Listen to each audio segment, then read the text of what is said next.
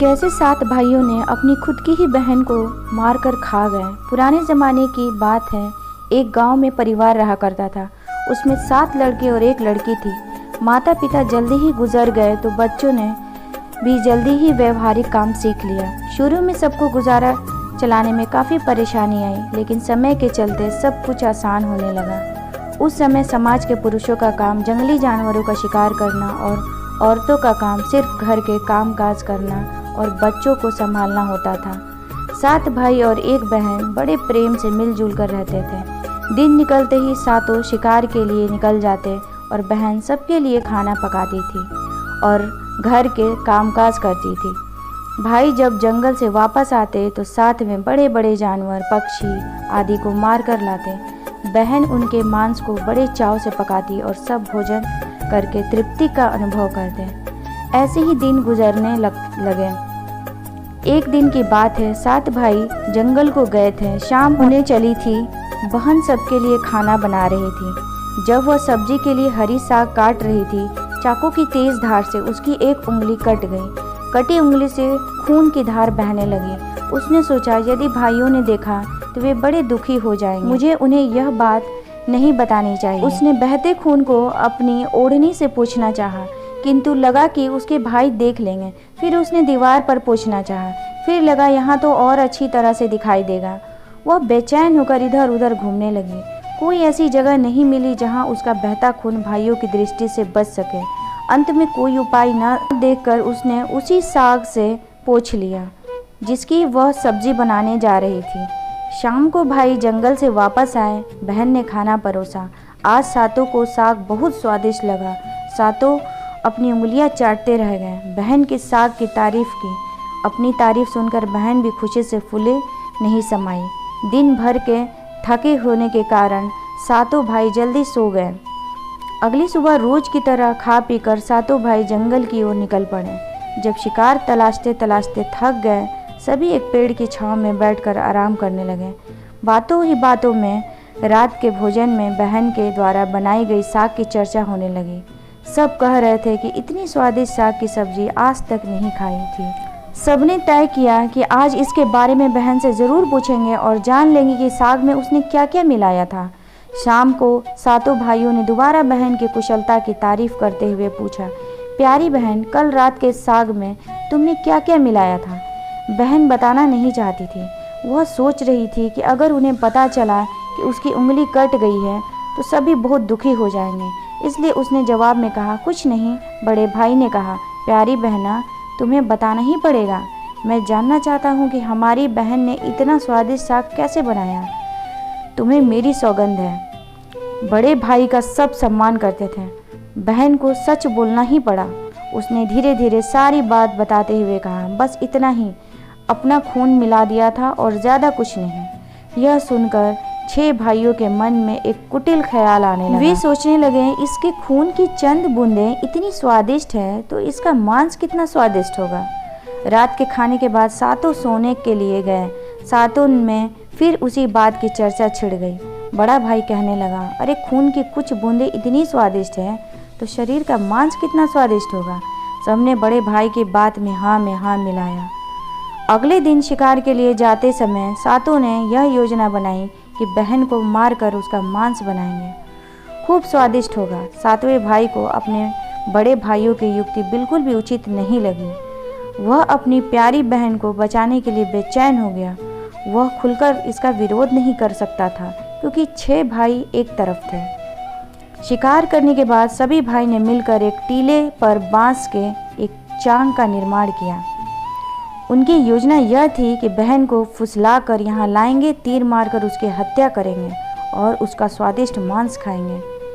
अगले दिन बड़े भाई ने बहन से कहा, प्यारी बहन, तुम बड़ी हो गई हो और शादी के लायक हो गई हो। मैंने तुम्हारे लिए एक सुंदर से वर की तलाश की है। आज हम उसका घर देखने जाएंगे। तुम्हें भी सज संवर कर हमारे साथ चलना होगा। बहन शादी की बात से बहुत खुश हुई।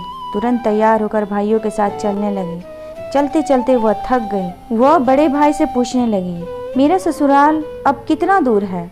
बड़ा भाई बोला, बस अभी पहुंचने वाले हैं। दूर से दिखाई दे रहे टीले पर बने चांग को दिखाते हुए भाई बोला, वह देखो तुम्हारा ससुराल, जहाँ तुम राज करोगी। यह सुनते ही बहन आनंदित हो उठी। चांग पर पहुंचते ही बड़े भाई ने अन्य भाइयों को बहन को चांग पर खड़ी करके रस्सी के बांस के खंभे के सहारे बांधने का आदेश दिया। सभी मिलकर फुर्ती से बहन को बांधने लगे। बहन असहाय थी। अपने सभी भाइयों को हत्या के रूप में देखकर बहन का हृदय हाहाकार करने लगा। वह ईश्वर को याद करते हुए कहने लगी, हे ईश्वर, अब तुम ही मेरा सहारा हो। मेरे सातों भाई मेरी हत्या करना चाहते हैं। इनमें से एक भी ऐसा नहीं है जिसके दिल में मेरे लिए दया और प्रेम है। अपनी बहन की बातों से सातवां भाई द्रवीभूत हो उठा। बहन की पुकार पर वह तड़प कर रह गया, पर 6 भाइयों का प्रतिवार करने का साहस नहीं जुटा पाया। बहन को निर्ममता से बांधने के बाद बड़े भाई ने सबको बारी बारी से उस पर वार से प्रहार करने का आदेश दिया। बड़ा भाई हाथों में धनुष वाण लेकर जब प्रहार करने को तैयार हुआ, तब बहन भाई के सामने हाथ जोड़कर करुण स्वर में गाने लगी, मारो मारो भैया छाती में लक्ष्य करके, भैया छाती में लक्ष्य करके। तुम्हारा तीर तुम्हारा धनुष जंगल को जाएगा भैया, मारो मारो भैया छाती में लक्ष्य करके, छाती में लक्ष्य करके, भैया छाती में लक्ष्य करके। भाई ने कठोरता दिखाते हुए तीर चलाया, पर उसका निशाना विफल हो गया। इसके बाद दूसरा भाई तीर मारने को तैयार हुआ। बहन ने उसके आगे भी हाथ जोड़कर वही करुण गीत दोहराया। उसका भी निशाना चूक गया। इसी तरह सभी भाइयों ने बारी बारी बहन की छाती को लक्ष्य करके तीर मारने की कोशिश की। बहन हर बार यही गीत दोहराती रही। 6 भाई लक्ष्य भेद करने में असफल रहे। अब 7वें भाई की बारी थी। 6 भाई उसे कहने लगे, पूरी ताकत से तीर चलाना, बहन को एक ही बार में ढेर करना। यदि तुम्हारा निशाना चूक गया तो तुम जिंदा नहीं बचोगे। हम सब मिलकर तुम्हें मार देंगे। बहन ने छोटे भाई की जान खतरे में पड़ते देख उसने अपनी जान न्यौछावर करके उसे बचाने का निश्चय किया। वह ईश्वर से प्रार्थना करने लगी, हे ईश्वर, मेरे भाई का तीर मेरी छाती भेदने में सफल हो जाए। वह करुण गीत गाने लगी, मारो मारो भैया छाती में लक्ष्य करके, भैया छाती में लक्ष्य करके। तेरा तीर मेरी छाती भेद जाए, मारो मारो भैया छाती में लक्ष्य करके, भैया छाती में लक्ष्य करके। छोटे भाई ने तीर चलाया। उसका तीर बहन के मर्म पर जा लगा। वह दर्द से तड़प उठी। कुछ देर छटपटाने के बाद उसके प्राण पखेरु उड़ गए। वह निस्पंद हो गई। अपनी कुटिल योजना सफल होने पर 6 भाइयों की बाँछें खिल उठी।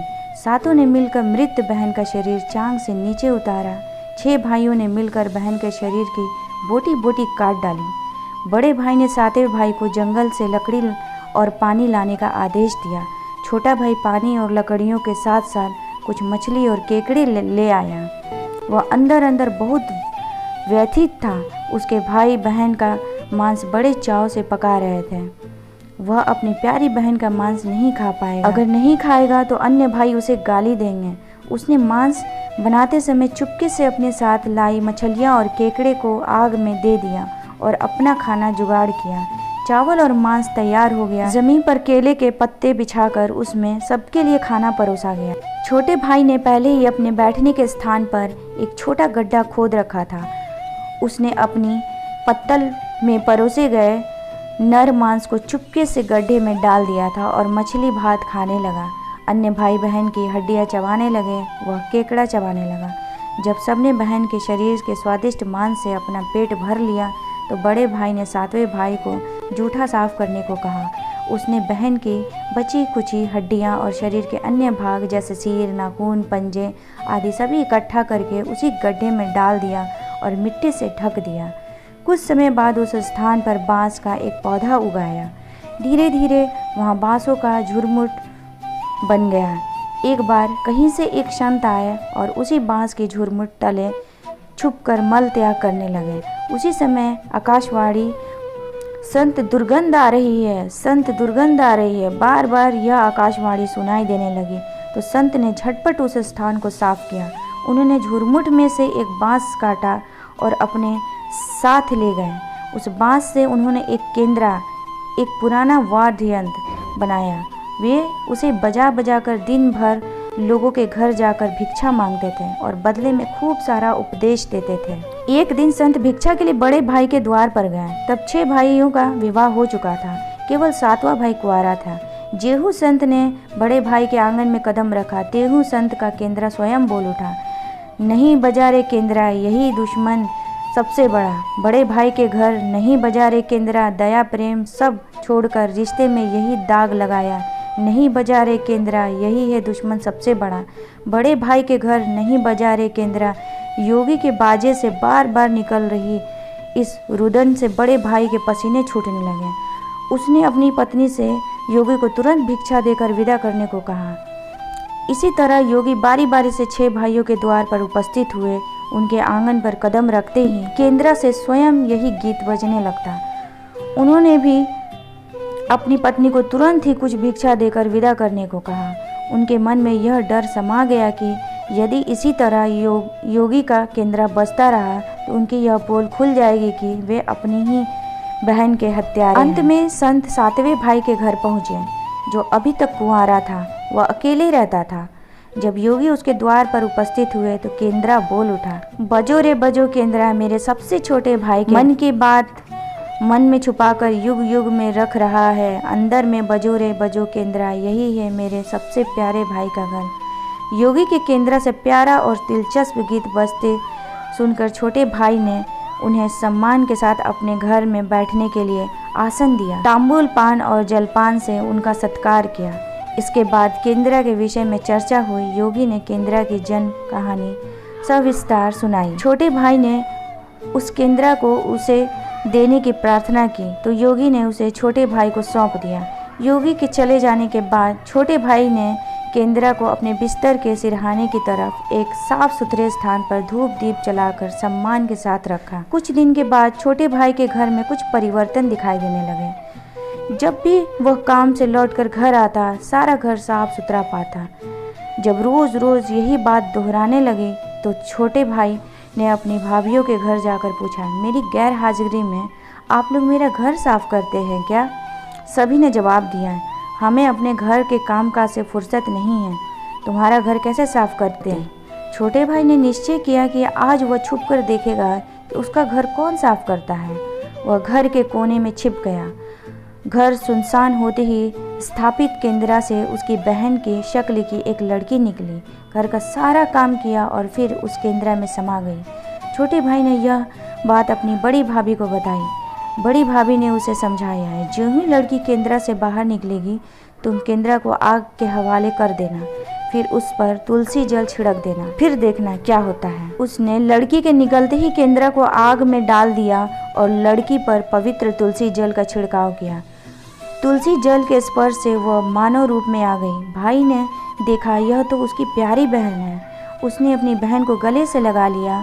उसके बाद दोनों भाई बहन बड़े प्रेम से जीवन बिताने लगे। निस्वार्थ प्रेम ही रिश्ते को बनाए रखता है। रिश्तों को कलंकित करने वाले सभी छुप नहीं सकते।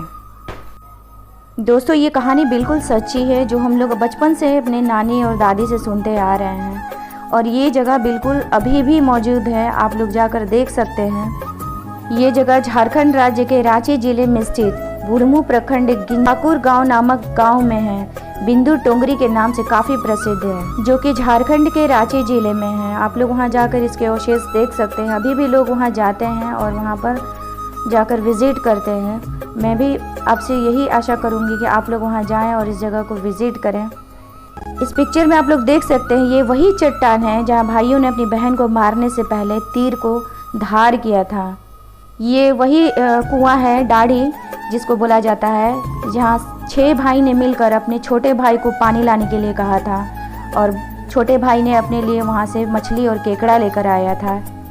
सबसे विचित्र बात यह है कि वहाँ के जो गांव वाले हैं, वहाँ के निवासी हैं, अगल बगल के लोग हैं, आकर उस गांव में जहाँ पर ये घटना घटित हुआ था, आज भी वहाँ पर पूजा की जाती है। तो आप सोच सकते हैं कैसा है हमारा समाज। और क्या मैं बोलूँ, इसी से अभी मैं स्टोरी को एंड कर रही हूँ। अगर वीडियो आपको अच्छी लगी होगी तो प्लीज़ लाइक करिएगा और चैनल को सब्सक्राइब करना बिल्कुल मत भूलिएगा।